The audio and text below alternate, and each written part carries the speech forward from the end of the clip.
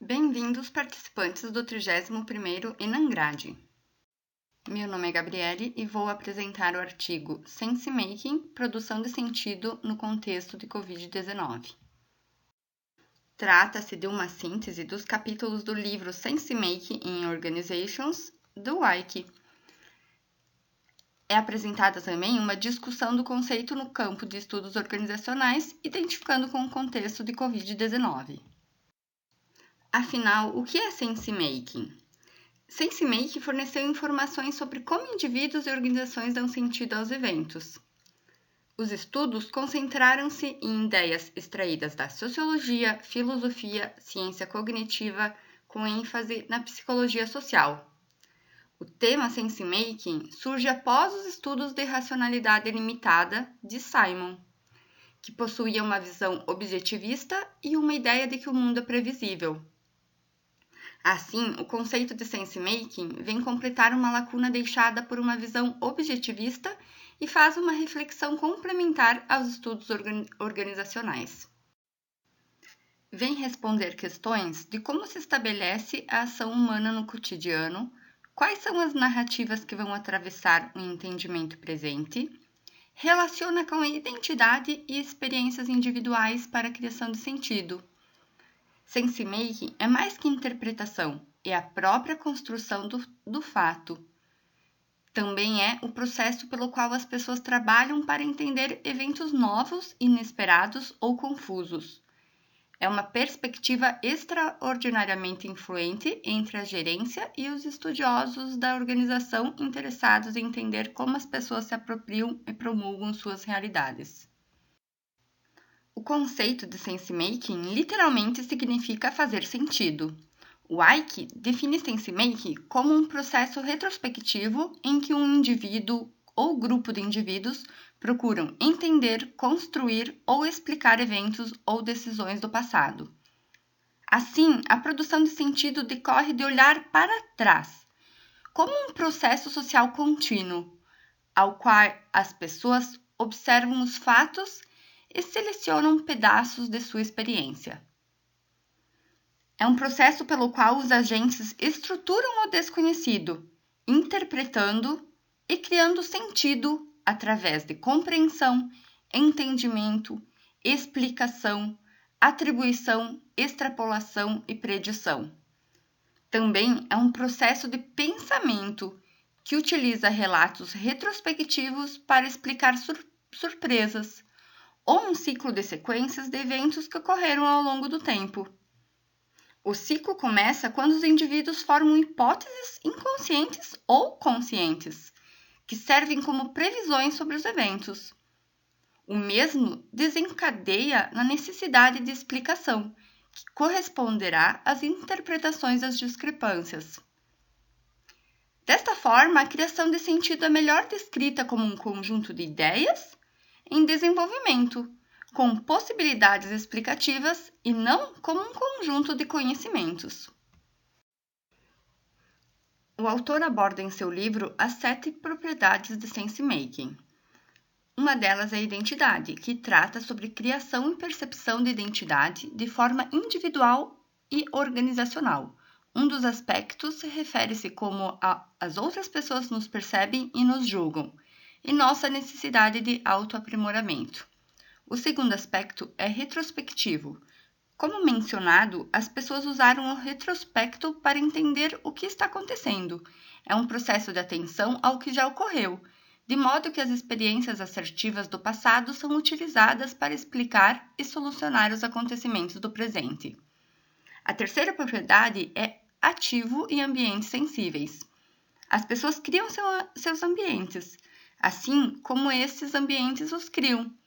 As pessoas criam aquilo que interpretam e encontram o que esperam encontrar. Toda construção é construída socialmente, mas há também invenção e construção. Atividades que aparentemente se afastam de objetividade para subjetividade. O quarto aspecto é o social, onde as pessoas influenciam umas às outras. O sentido é criado socialmente. A influência social está continuamente presente sobre os indivíduos e sobre suas ações e decisões. O segundo aspecto é contínuo. O sense-making é uma atividade permanente, sem início ou fim, sendo aperfeiçoada constantemente. O sexto é pistas ocultas. São pequenos sinais que destinam ao entendimento do todo. O sense-making está incorporado em pistas que são importantes para a criação de sentido. O sétimo aspecto é plausibilidade ao invés de precisão. A precisão das informações é secundária na criação de sentido. Isso decorre de um modo ambíguo, com interesses conflitantes.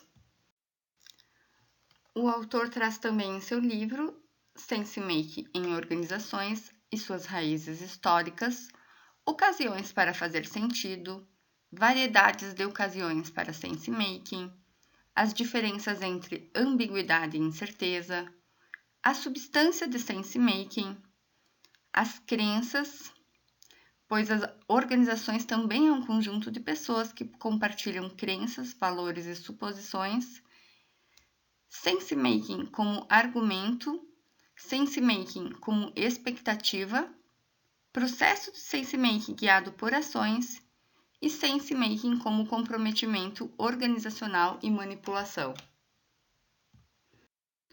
Após a síntese do livro, foi feita uma discussão sobre o mesmo. O olhar na teoria das organizações vai acompanhar a perspectiva das ciências sociais em uma mudança do entendimento da ação humana. As ciências sociais vão abandonando a ideia de que a ação humana é concreta, mas sim que ganha concretude pela forma como ela é construído discursivamente. A ideia de construção discursiva do sujeito humano tem raízes na antropologia cultural, tentando compreender a natureza humana por significado que uma cultura ou outra produz.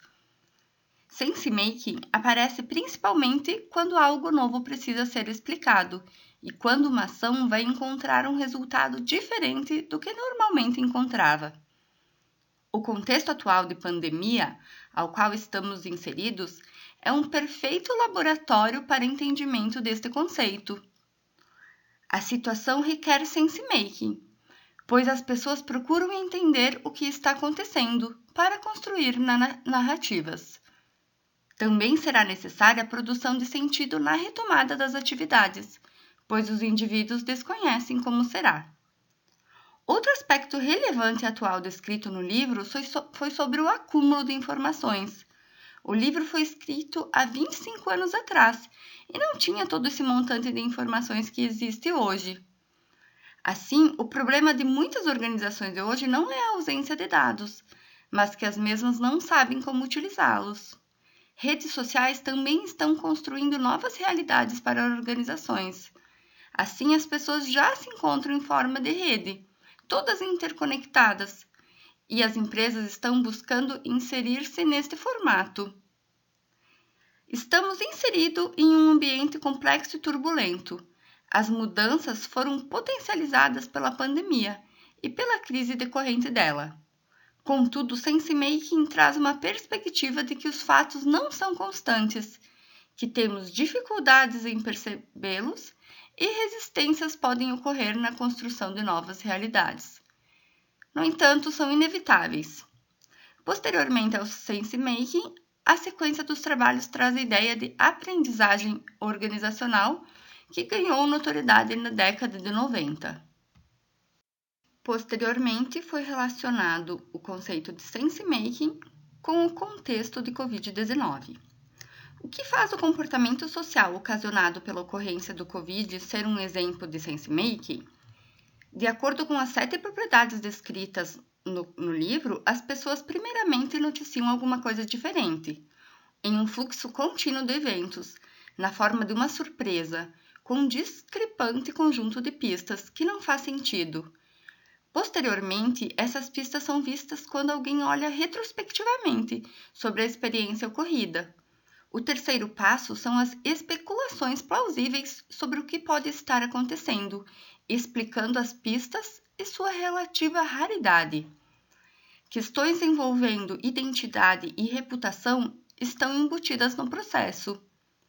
O comportamento social ocasionado pela ocorrência do Covid-19 é um exemplo de sense-making, pois envolvem as características de identidade, retrospectiva, promulgação, contato social, evento contínuo, pistas e plausibilidade, que são as 7 propriedades de sensemaking exploradas no livro.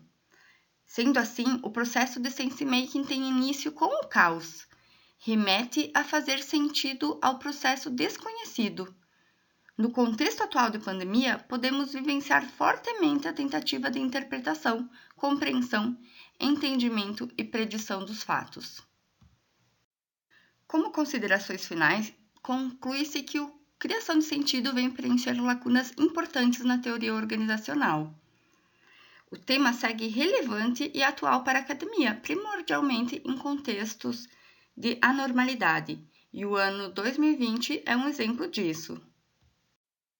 Agradeço a participação de todos.